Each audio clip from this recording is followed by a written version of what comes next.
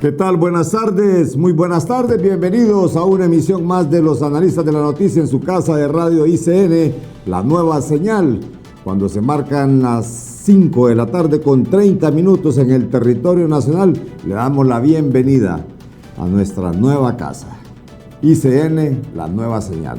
Y como se los prometimos que iba a estar nuevamente invitado en esta semana porque se nos había escapado todo un estudio que se había hecho en relación al Congreso Nacional y que sale como los peor evaluados de 14 congresos que hicieron el estudio. Y pues realmente ya van a ver ustedes algunas también reacciones que se hablan sobre esto. Fíjense que ayer se han dado cosas interesantes.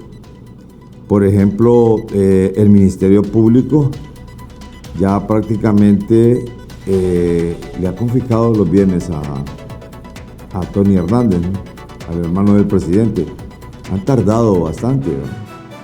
Pero no sabemos si esto legitima al fiscal. Vemos también que la propia Gabriela Castellanos hizo su propia denuncia también en contra del fiscal,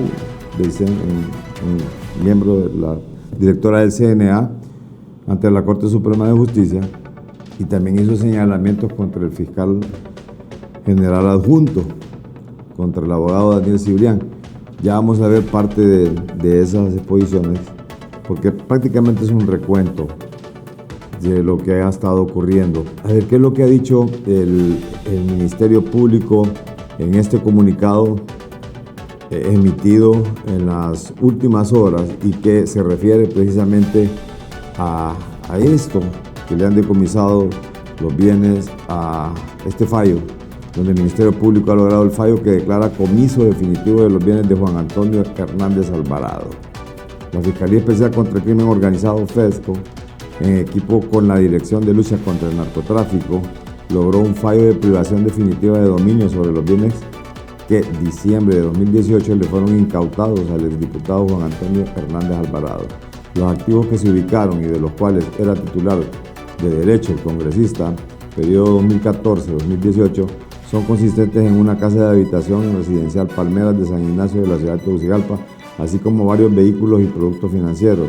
Esta sentencia de extinción de dominio se sustenta en la investigación realizada por la DLCN en virtud de la detención de los ciudadanos Magdaleno Mesa Funes, que en paz descanse, conocido también como Nerio Orlando López Sanabria, fallecido, Erika Yulisa Bandi García, Maximiliano Echeverría García, José Santos Mejía Laínez y Daniel Alberto Tica Santos, en fecha de 6 de junio del 2018, en la carretera de Vía Nueva, Cofradía Cortés, a quienes se le incautó la cantidad de $193,220 ocultos en un compartimiento dentro de un vehículo en el cual se conducía a estas personas.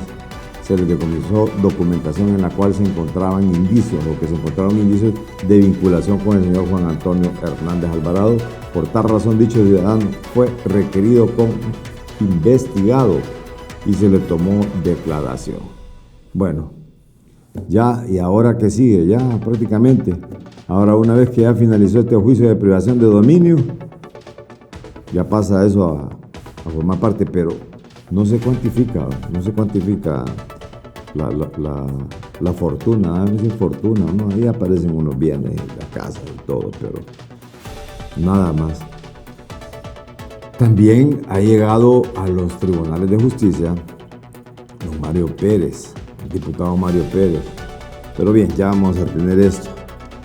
Antes me gustaría de presentarles a nuestro invitado, publicar esto que ha trascendido en las redes sobre lo que ha hecho Javier Milei en la reestructuración de todo el Estado prácticamente. Es que ahí aparecen un montón de instituciones, al igual que acá, que se vuelven en brazos, como quien dice, en brazos públicos. No, estamos con la de Milei. En brazos, a ver si nos ayudan con las tomas de apoyo. Miren, el Estado genera un montón de instituciones que le sirven de brazos sociales, pero es para mantenerse en el poder, y eso lo han hecho todos los gobiernos. Esos son los brazos sociales, el FIS, aquellas instituciones que entregan canastas, que critican muchos gobiernos y que siempre siguen con lo mismo, los que entregan bonos.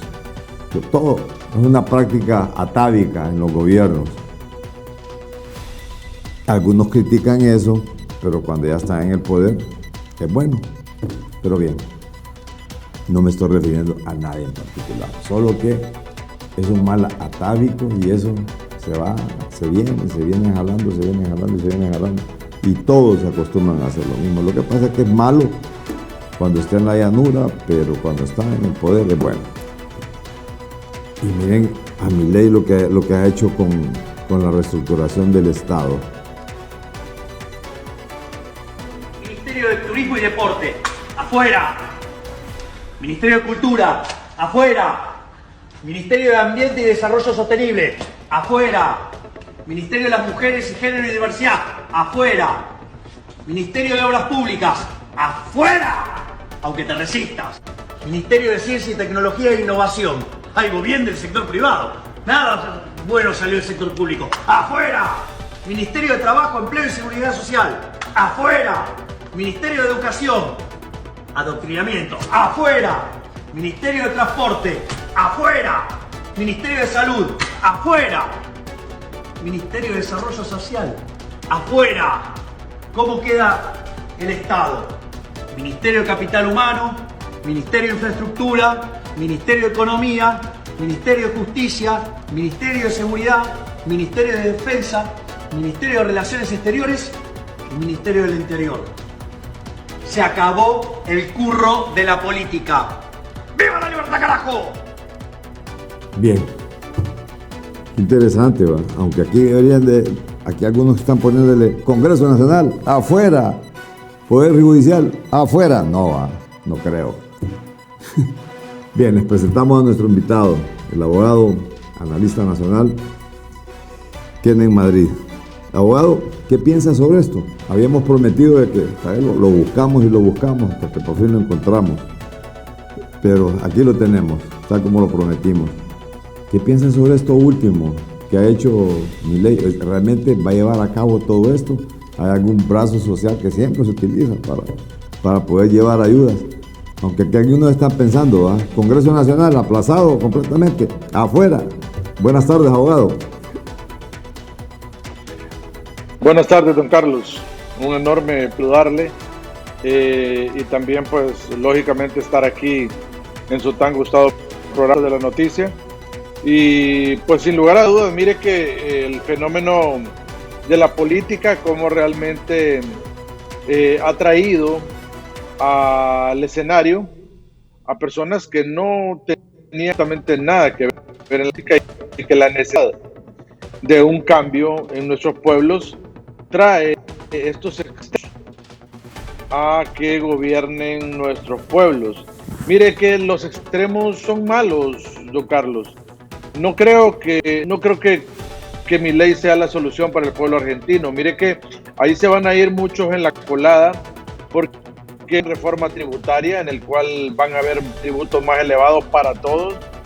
Va a haber también, de forma general, lo ha explicado, muchos de los bonos que se han entregado, de los que se hablaba, mucha gente por él se va a quedar sin bonos.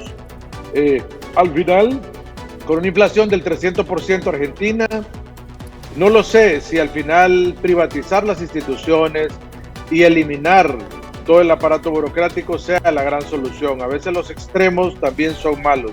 Creo que todo proceso de modernización del Estado y eliminar su burocracia debe ser paulatino. Pero bueno, eso es lo que quiso la paulatina, porque está cansado de las promesas. Y ahora, bueno, veremos si voy de tajo y voy de raíz.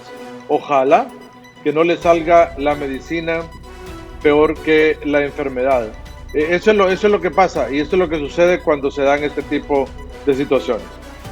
Bien, abogado, ya vamos a entrar en materia. Está interesante esa percepción que hace, o sea, ese análisis, aunque para algunos no comparten, porque ahí están como que hay causó muchas heridas, pero para algunos también se creó ese ropaje para poder ganar las elecciones y que de repente puede hacer que gobierne, porque se llevó también de encuentro no solo al peronismo, sino que llevó de encuentro también a sus propios seguidores, ¿verdad? Y a la matriz, a las raíces también. Pero ya vendremos, vamos a ir a una pequeña pausa, ya vendremos a ver lo nuestro, lo que habíamos prometido. Un congreso aplazado. Nos va a comentar de qué consistió este estudio, porque tengo entendido que usted participó en el mismo y que el hecho de formar parte nos comenta el tipo de percepción, las categorías que se investigaron, las variables, las hipótesis que se plantearon en relación al tema y por qué sale uno de los peores evaluados del Congreso Nacional. Al retorno.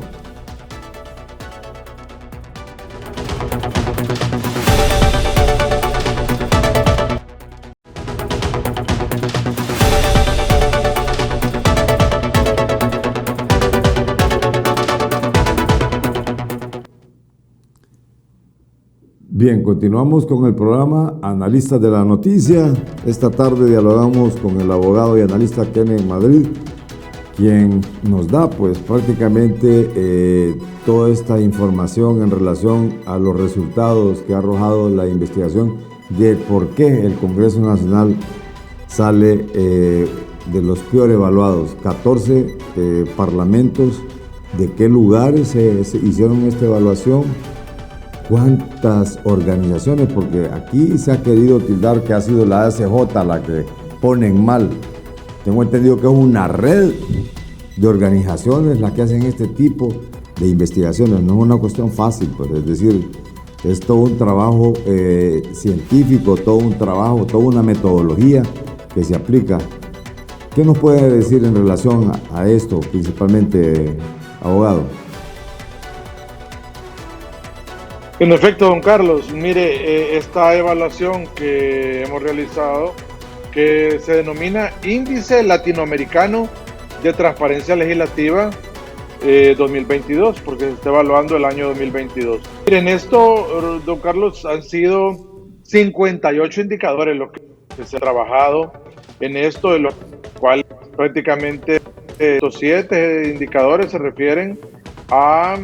y que contienen 348 preguntas, don Carlos, 50 indicadores y 348 preguntas en las cuales se hace la evaluación, de los cuales 7 se refieren al funcionamiento del Congreso Nacional y 201 apuntan directamente a cada una de las cámaras en su forma de trabajar, la forma de desarrollar sociedad.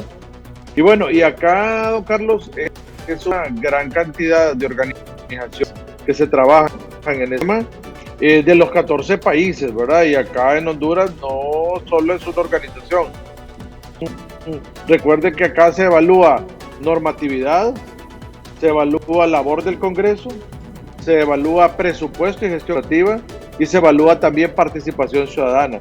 Así que recuerde que también en la percepción de la ciudadanía tiene es importante, porque eso nos garantiza a nosotros saber si el ciudadano tiene una percepción adecuada de la labor que el Congreso se está desarrollando. Entonces, de esa manera, lo interesante es que ha salido un criterio científico totalmente tomado de labor que ha hecho el Poder Legislativo hondureño, ¿verdad? Y comparado con los 13 otros países que fueron objeto de esta evaluación.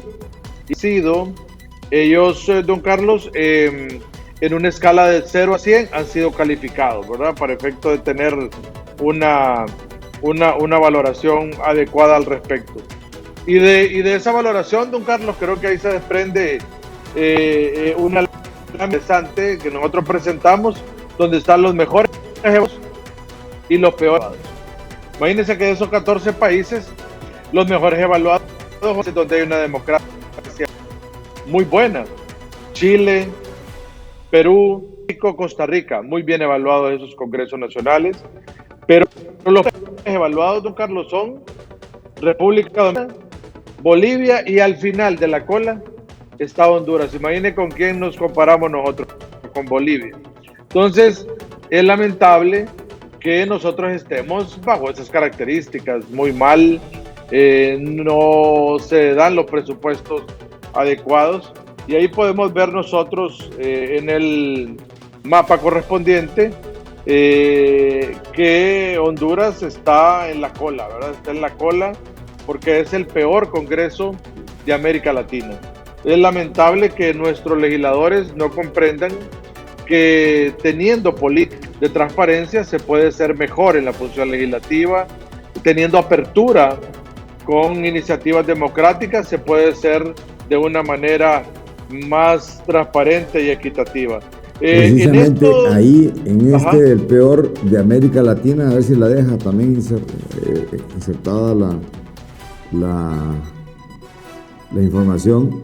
En esto, abogado, digamos, ¿qué parámetros fueron los que se midieron para llegar a este tipo de conclusión?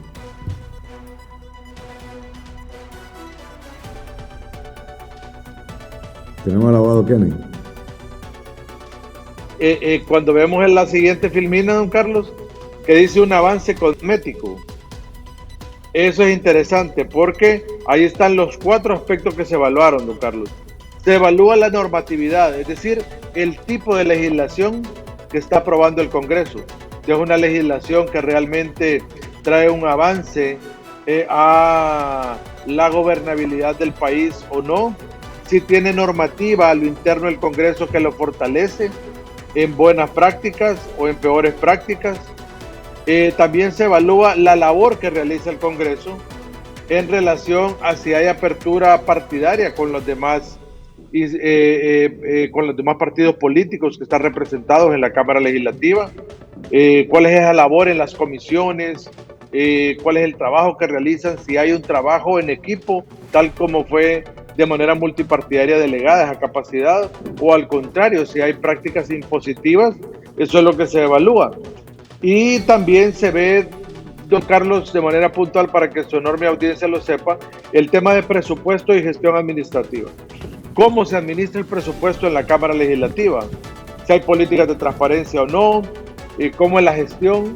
Y mire, y acá esto es interesante porque ahí es donde se ve que el Congreso Nacional no tiene una política de transparencia fuerte y equitativa, sino que al contrario, todavía hay muchos rasgos de no publicar información y de no ser totalmente transparente con la ciudadanía. Y como yo le manifestaba, el último punto que se evalúa acá es la participación ciudadana. O sea, ¿qué apertura hay del Congreso para escuchar a sus ciudadanos, al pueblo, que es obviamente el soberano?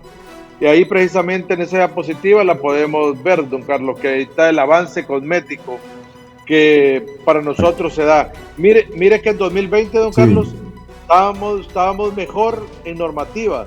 Había aprobación de normativa excelente y más bien decayó ese índice. Bajó a 22 porque la normativa aprobada en 2022 le sirvió poco o nada a la sociedad, aparte de solo la derogación de la ley de secretos, y de ahí para allá no hubo nada significativo. Entonces eso hace decaer a la normatividad del Congreso. Y miren que los demás indicadores aparentemente tuvo una leve subida, pero fue muy raquítico, no le alcanza para poder ser de los mejores evaluados de América Latina. Principalmente en este presupuesto y gestión administrativa, que tenemos un 7 y luego sube a un 10%. Pero mire, don Carlos, ¿sabe cuál es el problema? Que en presupuesto y gestión administrativa publican en los portales de transparencia solo montos globales. ¿Cuánto se dedica a presupuesto y salarios? ¿Cuánto se dedica a subvenciones? ¿Cuánto hay para viáticos? No. Nosotros queremos saber cuánto es el dinero que se ha erogado por cada diputado. ¿Cuánto se le ha dado al diputado X de X partido? ¿Cuánto ha tenido de viáticos en cada mes? Si salió o no salió y a cuenta de qué tiene esos viáticos.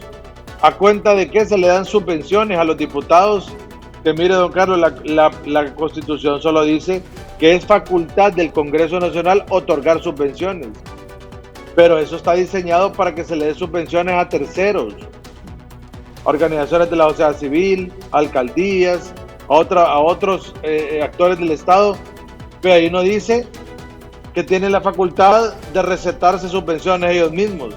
Eso no es así. Pero bueno, ahí está, pero no lo desglosan tampoco, don Carlos. No hay liquidación presupuestaria de los dineros que se erogan y eso debería de aparecer en el portal de transparencia. Si le dieron de bono 100,000 para un proyecto a X diputado, debe de aparecer ahí la liquidación correspondiente, en qué ejecutó ese dinero o no lo hizo. Entonces al final, mire, esas prácticas no le van a ayudar tampoco en la evaluación del año 2023 al Congreso Nacional, porque igual en el índice de latinoamericano de transparencia legislativa, el próximo año va a salir peor evaluado, porque esta crisis que está teniendo en el año 2023, parálisis legislativa, falta de acuerdos y entendimientos, que no hay un presupuesto y gestión administrativa clara y una participación ciudadana en cero, menos. Mire, don Carlos, ahí usted ve, somos el último lugar Honduras. Solo tuvimos una evaluación de 23.59% de 100%. Estamos pero súper aplazados. Y obviamente quienes superaron más el índice, como Chile, tienen alrededor de 60% de aprobación, o sea, pasaron la asignatura. Fíjese que hay algo interesante y es porque recuerdo que aquí tuvieron la oportunidad de hacer algún debate con usted y el doctor Hugo Noé Pino y dijo que no, de que realmente en este Congreso y que era difícil llegar a consenso porque no había el famoso tilín, pero también nosotros hablábamos de que hay tráfico de influencias, de que hay entrega de bonos y no sé si esto se le puede denominar, tal vez no tilín por el sonido de la moneda, sino que, pero a entregar bonos, no sabemos, usted lo ha señalado que eso no aparece, no es potestad del diputado ir a hacer esto. ¿Cree que ahí sí realmente esto ha desaparecido en el Congreso Nacional? Esto del famoso moje, como le dicen. Mire, don Carlos, el detalle es que ahora se otorgan bonos a los partidos, a los diputados del partido oficialista. Y entonces, ¿qué pasa con esos bonos, don Carlos? Que como yo le manifiesto, si usted va a un diccionario jurídico, un diccionario elemental, nueva, general, usted ve que lo que dice subvenciones es otorgar a terceros un fondo para que ejecuten una labor. ¿Quiénes son los terceros? No pueden ser los mismos diputados. Si ellos son la institución que otorga la subvención, ¿cómo se la van a otorgar ellos mismos? Entonces es ilógico. Mire, han interpretado la norma constitucional a su favor y eso es incorrecto. Entonces, mire, esa falta de transparencia legislativa posiblemente va a salir mal evaluado el año 2023. Y con lo que usted manifestaba, si ahora no hay tilín, decía el doctor Hugo Pino, pero hay otras formas ahora en que se les entregan estas bonificaciones a los diputados para comprar voluntades. Yo no dudo que así sea, porque al final el bono cae bien, llega a sus manos, puede hacer proyectos en su comunidad y eso es una deformación de la democracia. No es lo correcto ni es lo adecuado. No deben haber bonos, tampoco deben haber viáticos para los diputados que no viajan fuera de Tegucigalpa. Ahí hay una gran cantidad de dinero de viáticos para diputados que son de Francisco Morazán, viven en Tegucigalpa y se erogan grandes cantidades de dinero para ellos en viáticos. Entonces uno no comprende porque no puede ver el desglose del presupuesto, cómo ha sido liquidado y cuánto se le ha otorgado a cada diputado. Tienen que mejorar esas prácticas de gestión administrativa y presupuestaria para que salgan bien evaluados y que no tienen nada que esconder y que a la sociedad hondureña con transparencia le entregan la liquidación de fondos de cada diputado para garantizar de que no hay una mala administración de fondos y al final son dineros del erario público, don Carlos, no son fondos privados, son fondos de los impuestos de cada uno de los hondureños que nosotros pagamos. Entonces, ojalá que cambie esa actitud, porque de otra manera van a seguir saliendo mal evaluados. Ahora bien, ¿y usted no ve que pueda mejorarse esto? Porque hicieron una evaluación 2020-2022 La próxima que viene es 2022-2024 o 2023-2024. No, es que en 2021 no se hizo. Entonces, ahorita va a venir la de 2023. Entonces, ahí no creo que salga muy bien, don Carlos. O sea, no creo que salga muy bien. Pues claro, obviamente en todo este tiempo ni siquiera reuniones han existido en el Congreso. No se avisora por dónde mejoren esos indicadores. No hay forma. No hay consenso en el Congreso, no hay transparencia, no hay parálisis legislativa. Dígame, entonces aquí estamos en una situación, no hay emisión de leyes que cambien y que mejoren la normativa del país.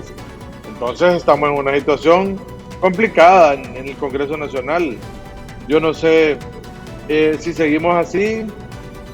Yo creo que nos están llevando a la ingobernabilidad en el legislativo y por ende en algunas instituciones del Estado donde se necesita que la elección de segundo grado se dé en el Congreso. Y estos procesos, don Carlos, de involución democrática no son buenos para el país. Esto no es bueno. Mire, nosotros esperábamos, don Carlos, una actitud diferente de Libre y le manifiesto por qué. Uno que está en medio, que no es político, sino que somos sociedad civil.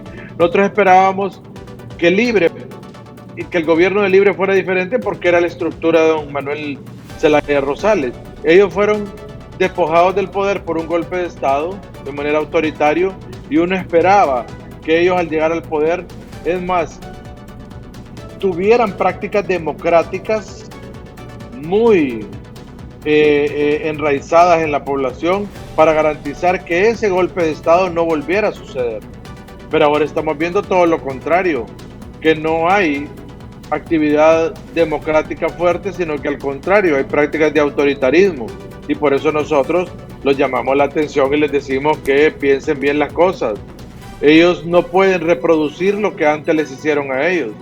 Más bien nosotros esperamos de ellos que cimienten la democracia sobre pilares fuertes para que eso no vuelva a suceder. Pero no estamos viendo las prácticas que todos esperamos. Ahora bien, ustedes son objeto de críticas, obviamente, cuando no salen bien evaluados. Ni los diputados, ni el Congreso Nacional. Es más, se decía de que siempre estaban ligados a la narcodictadura, que a ellos les sacaban buenos reportes, que esto y lo otro. ¿Qué puede decir en relación a esto, abogado? No, don Carlos, ¿y cómo le vamos a sacar reportes nosotros buenos a la narcodictadura si solo denunciando lo que hacían incorrecto pasábamos? Nosotros denunciamos, al menos, mire, el pueblo hondureño tiene que recordar, nosotros hicimos la veeduría de hospitales móviles, fuimos los principales denunciantes de los hospitales móviles. Los hospitales móviles los adquirieron entre marzo y abril, nosotros en mayo estábamos denunciando ese gran atraco al país. Estamos haciendo la denuncia ciudadana. Mire, hicimos una veeduría ciudadana a la Empresa Nacional de Energía Eléctrica. Interpusimos la denuncia en plena pandemia en el Ministerio Público para que se investigaran los contratos abusivos de generación y que son lesivos para Honduras. El contrato de EH que fuera investigado, que se investigaran las pérdidas técnicas y no técnicas, y señalábamos ahí los circuitos donde más energía se perdía en el país o se la hurtaban, entonces que procedieran a intervenirlos y a reparar ese tema. Y también hablábamos y desgranábamos cuáles eran las pérdidas técnicas en particular y las no técnicas de dónde dependían. Entonces, al final, don Carlos, y podemos estar hablando toda la tarde acá de nuestras denuncias ciudadanas y cómo hemos sido actores clave en denunciar lo que no ha sido correcto. Entonces, ahora que nosotros denunciamos lo que no es correcto, no nos pueden tildar de que hemos sido acomodados. Al menos su servidor, Kenneth Madrid, jamás lo ha hecho. Soy una persona que emite un criterio totalmente imparcial, independiente, y hacemos análisis en base a lo que está ahí, a los indicadores que hay. O sea, si no nos gustan los indicadores, entonces hay que trabajar fuerte para mejorarlos, para cambiar la perspectiva de país y para mostrarle al pueblo hondureño de que realmente hay una política de transparencia en este gobierno y que realmente se quieren hacer mejores las cosas. Pero las cosas no se transforman mejores en el Congreso teniendo esa parálisis legislativa y no logrando dialogar y llegar a un consenso. Entonces, ¿somos realmente entonces los actores de sociedad civil los malos? No, don Carlos, si nosotros lo recopilamos los datos y la población lo que opina. Nosotros no evaluamos mal a nadie. El gobierno se evalúa solo con los indicadores que demuestra de su actividad. Y los ciudadanos dan su percepción cuando se les pregunta. Entonces, al final, yo creo que deben de reflexionar sobre este tema. Nosotros no estamos aquí para hacerle un daño a nadie. Nosotros solo somos veedores sociales y que también ejercemos el poder de la denuncia cuando algo no está correcto. Lo que antes era malo sigue siendo malo ahora y lo vamos a seguir denunciando. Es decir, que es una crítica o un estudio constructivo más bien, es decir, de un aporte al que se hace a la democracia misma, al poder, a algunos poderes del Estado. Incluso se ha criticado mucho que está en manos de nueve diputados del Congreso Nacional. Imagino que esto va a ser un parámetro también de evaluación. Y hay otras cosas que trascienden, abogado. Por ejemplo, dice el presidente del Congreso Nacional que se están desapareciendo documentos del Tribunal Superior de Cuentas y aparece de repente una intervención del Tribunal Superior de Cuentas. O sea, es realmente qué tanto poder tiene como para decir, van a intervención. Y ahora hay otras declaraciones interesantes. Mire, se ha presentado, obviamente en esta semana, el diputado Mario Pérez, debido a un requerimiento fiscal. Pero ahí hay una denuncia también sobre él. Pero también hay otra denuncia del diputado Tomás Zambrano, que dice que ahora cada vez que participen en una marcha del BOC, o sea, del Bloque de Oposición Ciudadana, va a haber un requerimiento. Si corre video, a ver si observamos este tipo de declaraciones. Primero la de Mario Pérez y posteriormente la de Tomás Zambrano, para que hagamos un análisis con el doctor Kenneth Madrid en relación a este tema. Se informó de que por parte de agentes fiscales se había presentado un requerimiento fiscal contra mi persona por un posible delito de amenazas contra un guardia de seguridad del Congreso Nacional. Estos casos en el orden normal se arreglan en el Ministerio Público, pero el Ministerio Público nunca me ha citado, que esa es una grave violación a mi legítimo derecho de defenderme, al debido proceso. No me pidió conocer la versión de los hechos desde mi punto de vista.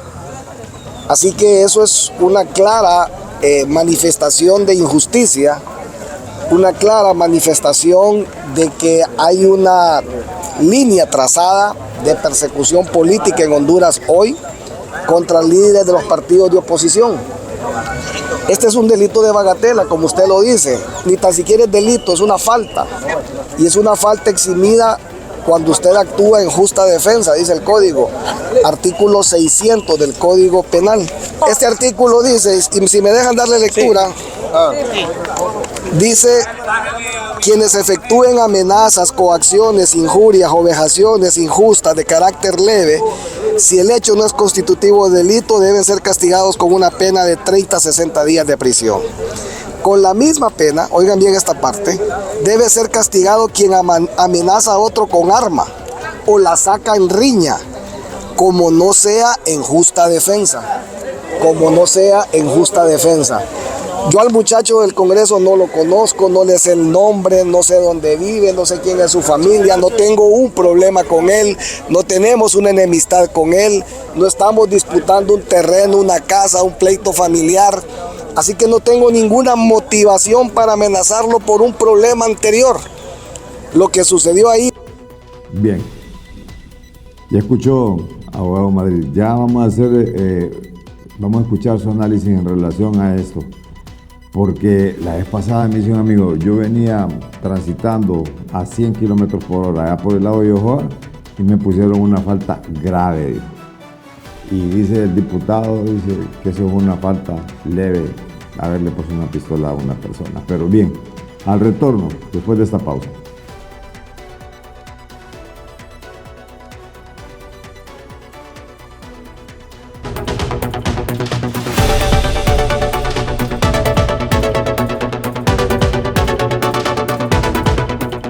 Bien, continuamos con el programa Analista de la Noticia aquí en ICN, la nueva señal, y dialogamos con el abogado y analista Kenen Madrid en relación a estas últimas declaraciones del abogado Mario Pérez, aunque también hay abogados que dicen que esto tiene que irse con un juez de paz, se resuelve este tipo de amenaza. Su análisis en relación a esto, abogado, y que va a aparecer reflejado de repente hasta en el propio Congreso Nacional en esas evaluaciones que se hacen. No me extraña, no me extrañaría. Mire, don Carlos, es interesante escuchar uno y ver estos estiras y encoges que se dan en el hemiciclo legislativo ahora. Mire, todos estos hechos que sucedieron, don Carlos, el Ministerio Público no está para presentar requerimientos fiscales bagatela. Ahí sí fue interesante escuchar ese cruce de opiniones entre los periodistas y el diputado Pérez. Mire, la primera parte del Código Procesal Penal está hecha donde se están estipuladas las medidas de judicializadoras. Y es precisamente para que toda la maquinaria del Ministerio Público no se vuelque a presentar requerimientos fiscales sobre delitos menores. Yo no sé si al final se podrá configurar como una falta, creo que no, porque las faltas son delitos menores y al final las amenazas sí está como un tipo penal. Pero mire, don Carlos, estas amenazas, si es una persona que nunca ha cometido un delito, es por primera vez, hay una gran cantidad de figuras que le pueden aplicar. Se le puede aplicar la conciliación, él puede conciliar con el guardia de seguridad. Ahora, si el guardia de seguridad tiene alguna motivación y no quiere conciliar con él tiene la potestad de pedirle al juez que le aplique la suspensión condicional de la persecución penal, que es para aquellos delitos menores. Le pueden aplicar perfectamente bien esa medida. Y el Ministerio Público, pues obviamente ahí va a estar en la audiencia y el juez puede determinar no perseguir este tipo penal.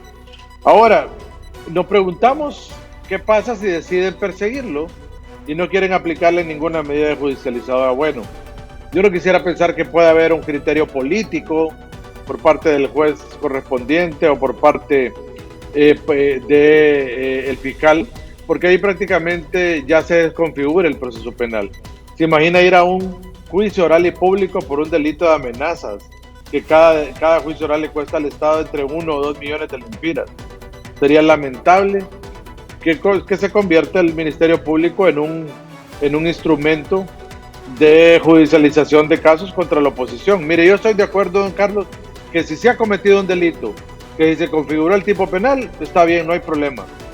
Hay que presentar la acción correspondiente, Ministerio Público investigar, pero si cabe dentro de las medidas de judicializadoras, como conciliación, o determine no perseguir el delito, por estimar al Ministerio Público que no es un caso que amerite presentar el requerimiento fiscal, pudieron haber convertido la acción. Si el guardia quiere seguirlo por su cuenta, el fiscal puede hacerlo. El guardia puede hacerlo pagando su abogado privado. Pero el Ministerio Público no está para perseguir bagatelas, está para perseguir delitos de mayor impacto, homicidios, delitos de corrupción, delitos de gran ofensa social, terrorismo, violaciones, etcétera, pero no para estos tipos de bagatela que no le van a traer ningún beneficio a la sociedad y que mire, este tema de amenazas tiene que ver un daño privado y por eso el código deja que las dos partes busquen un arreglo. Si no, está en la obligación el juez de otorgar alguna medida de judicializadora. Y también la pena es muy leve y en esos casos que la pena es menor de 5 años, puede obtener incluso varias figuras. Si lo llegan a condenar, el reemplazo, lo cual nunca irá a prisión. Puede obtener también la figura en la cual ahí se establece la sustitución de la pena por otra que no conlleva la prisión. Entonces, al final, mire, don Carlos, yo creo que no se puede utilizar como instrumento estos temas. Quien ande fuera de la ley está bien, que lo presente, pero es un caso bagatela que tiene salidas alternas y no amerita que se lleve y que se gaste grandes cantidades de recursos del Estado en este tipo de casos. ¿Usted cree que la acción penal que se ejecuta en estos momentos va de acuerdo a ser aplicada a alguien que realmente comete el delito o es realmente o es el tratamiento que se le está dando a la oposición política? Porque si no, escuche al abogado Tomás Zambrano antes, abogado. Escuche al abogado Tomás Zambrano qué es lo que está señalando con esto del BOC, pero sí me gustaría que me diera su opinión en relación si hay una aplicación genuina de la justicia, especialmente con esto del Ministerio Público, o realmente se convierte en un show o en una bagatela el hecho de hacer persecución de este tipo. Vamos a continuar marchando y aquí aprovecho de enviar un mensaje. Hemos recibido amenazas que por cada marcha que haga el BOC van a haber personas acusadas en la semana siguiente. Ya lo miramos ahora, se marchó el sábado en Copán, acusaron al diputado Mario Pérez. Se va a marchar el próximo fin de semana y ellos sabrán. Y la próxima semana van a acusar a alguien de lo mismo. Ayer en conferencia de prensa dijo ya nos han mandado mensajes desde el gobierno que si se continúa con marchas, cada marcha que se realice la semana posterior y siguiente van a haber acusados. Bueno, nosotros no vamos a apoyar directivas y ellos sabrán cómo conquistan y consiguen los 65 votos en esa. Muchas gracias. Bien, el diputado Tomás. Bien, ya he escuchado, abogado. Mire, don Carlos, yo me voy a referir a dos cosas, y incluso una que usted me habló en el segmento anterior. Mire, si el Congreso Nacional está siendo utilizado como un instrumento político, o sea, es decir, desde el Congreso Nacional se utiliza al Ministerio Público como un instrumento político, es algo incorrecto. Y me llamó mucho la atención con lo que usted mencionaba, de que el diputado Redondo puso en sus redes que alguien quería destruir papeles, seguro alguien le dio algún mensaje, ya lo puso en la red y estaba el Ministerio Público presente allá. Mire, yo estoy de acuerdo que el Ministerio Público debe actuar en una noticia crímenes de cuando se está cometiendo un hecho delictivo para actuar. Pero una denuncia usted no se puede evocar porque alguien escucha un chisme usted en la calle o alguien haga un comentario.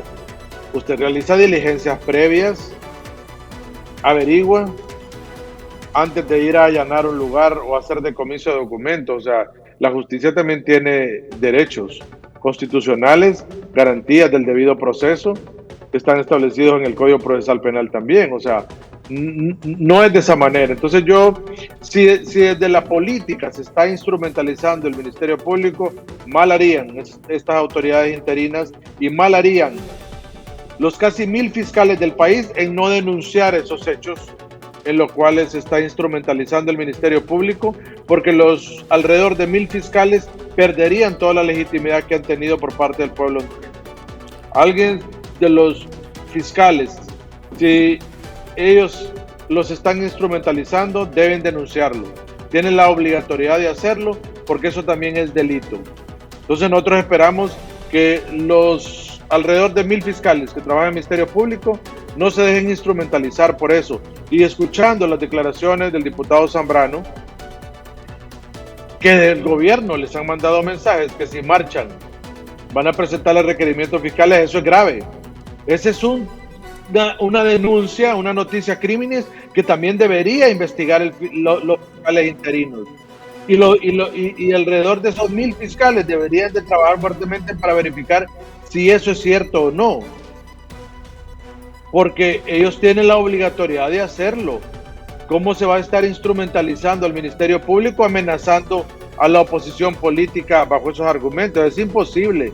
Nosotros creemos que la oposición debe de sentarse a dialogar con el oficialismo, llegar a buscar unas respuestas, pero no es con amenazas. Creo que si esa es la vía y si el Ministerio Público se está instrumentalizando, eso alrededor de 1000 fiscales que trabajan ahí, que son independientes, deben de denunciar estos hechos.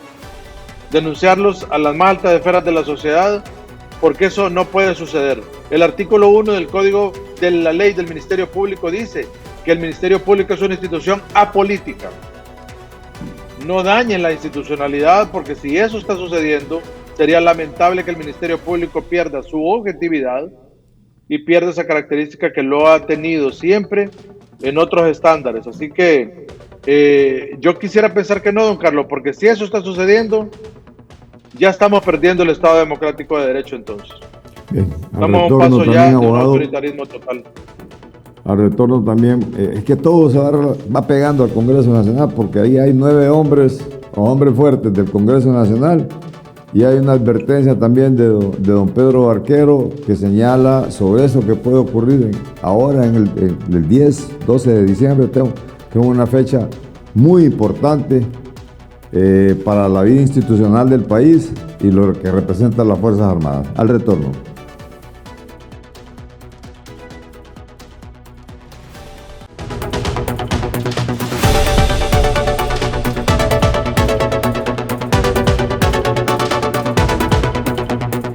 Bien, continuamos con este análisis con el abogado y analista Kenen Madrid sobre ese papel del Congreso Nacional, sobre la evaluación como uno de los peores congresos entre 14 congresos, o sea, para que vean que no es que llevaba dedicatoria ni nada, sino que sencillamente ahí se tomaron al azar, me imagino, estos 14, porque hay congresos como el de Chile, ¿va? Hay congresos no solamente de países como quien dice tercermundistas, sino que Chile pues, puede considerarse una potencia en Latinoamérica. Pero es interesante esta alarma que está enviando don Pedro Barquero, a ver si insertamos el tuit de don Pedro Barquero, sobre esto. Estamos levantando las alertas porque sabemos que hay una intención por parte del oficialismo de manipular esta transición en los mandos del ejército para poner personas afines a su movimiento político, y eso sería fatal para nuestra democracia. Ojo, porque se están llevando un montón de promociones. Si fue malo en el pasado, esto seguirá siendo malo, abogado. Es delicado. ¿Qué tan delicado es esta alerta que está levantando don Pedro Barquero? Mire, don Carlos, lo hemos dicho, ¿verdad? Lo que es malo antes sigue siendo malo ahora. Y mire, hemos advertido también que las funciones de la Comisión Permanente no van más allá de las que expresamente le da la ley. Mire, ya se establece que la sucesión de los mandos de las Fuerzas Armadas es el Congreso Nacional en pleno quien tome esa decisión.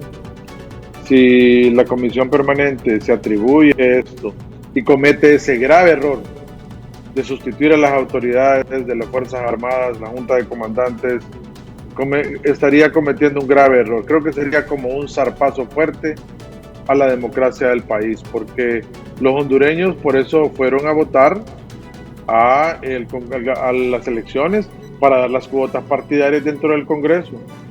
Por eso, si eso lo realiza la Comisión Permanente, estaría prácticamente violentando la Constitución de la República, que establece que quien realiza esta elección es el Congreso Nacional en pleno. De tal forma, don Carlos, que ojalá y esperamos que busquen los consensos, que los hagan, pero que no se siga cometiendo más este tipo de acciones, porque de lo contrario, lo que demuestran son autoritarismos y esos no son buenos para la democracia. Concluimos con este tuit de Gabriela Castellanos, dice en relación a lo del fiscal general adjunto. Hay una línea delgada entre la lucha anticorrupción genuina y la supuesta lucha anticorrupción partidaria. En la primera impera el país, en la segunda solo los intereses particulares. Condenamos el encubrimiento de Daniel Cibrián, que durante años se prestó como tapadera de la corrupción en el Ministerio Público, así como el inconstitucional nombramiento de los fiscales interinos. No se puede luchar contra la corrupción sostenido sobre las bases de ilegalidad. Nos quieren dar patada y mordida. Frenemos la ilegalidad. ¿Qué análisis se desprende de este tipo de planteamientos que hace Gabriela Castellanos, abogado?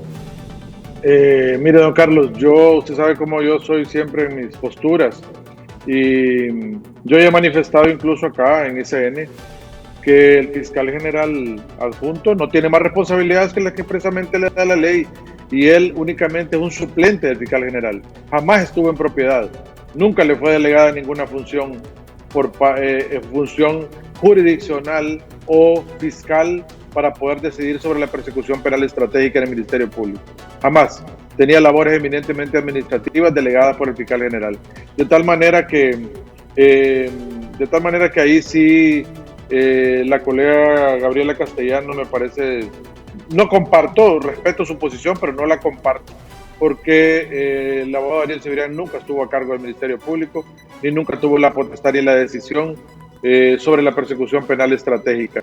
De tal forma que me parece sí desacertada esa parte de su tuit, porque no venía el caso. Al final, el exfiscal Óscar Chinchilla fue el responsable de la persecución penal estratégica. Ahora bien, septiembre y octubre de este año sí fue responsabilidad de Daniel Cebrián.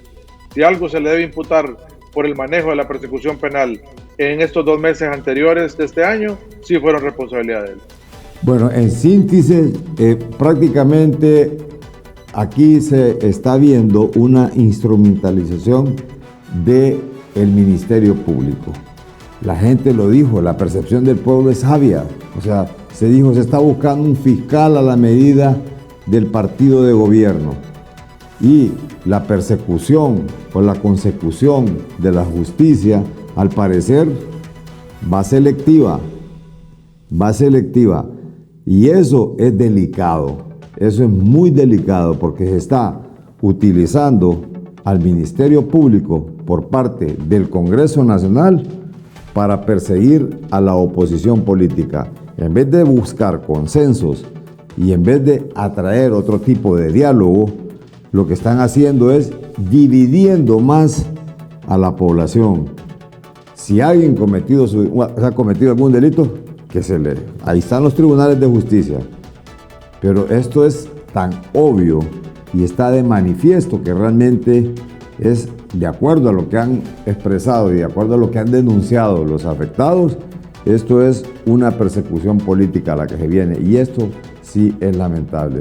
Deberían de poner las bardas en remojo y tener cuidado, porque esto al final lo que va a hacer es dividir más la sociedad, y eso es lo que menos necesitamos, abogado.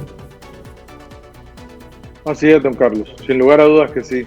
Ojalá que lo piensen, que lo maduren bien, porque no están fortaleciendo la democracia, la están socavando, y así no es como se trabaja en un Estado de Derecho.